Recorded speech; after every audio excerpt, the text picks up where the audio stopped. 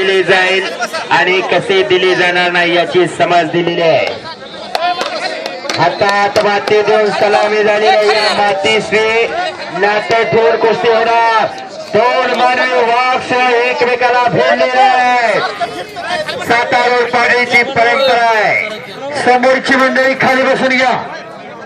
सातारा पाडीची परंपरा आहे. गावचा कोणी आत नसतोय. चालू सीझन मध्ये आज 5व्यांदा कुस्ती लागलेली. बालार पीक आणि माऊली जमदारे हे हो थांबा म्हणलेला आहे. थांबा म्हणले की सोडायचं. सोडा दोघंही. आणि प्रेक्षकांनी फक्त शांतता राखायची. 4 तारखेला परवा 4 मेला बोरला कुस्ती झाली. एकेरीला लागलेला आहे माऊली जमदारे.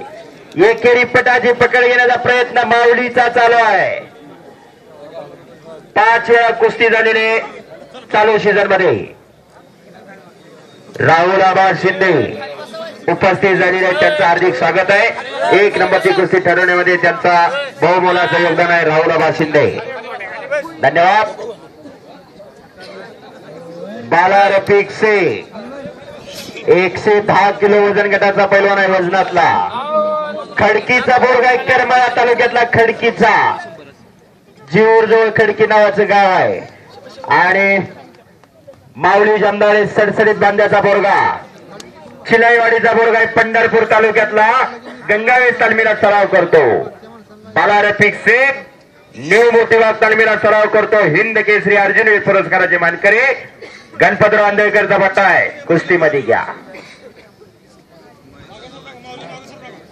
पाठीमागे सरकायचं नाही. पाठीमागे ढकलायचं नाही. कुस्ती करा. माऊली जमदारेचे वस्ताद विश्वास हरगुले त्यांच्या मार्गदर्शनाखाली सराव करतो. 2 तुफानी पैलवान. दोन्ही पैलवान सोलापूर जिल्ह्यातले. दोन्ही पैलवान कोल्हापूरला सराव करणारे. एकेरीला लागला आणि कब्जा घेतलेला आहे माऊलीने. माऊली आक्रमक झालेला आहे. बाला रफिक खालून निघण्याच्या प्रयत्नात आहे आणि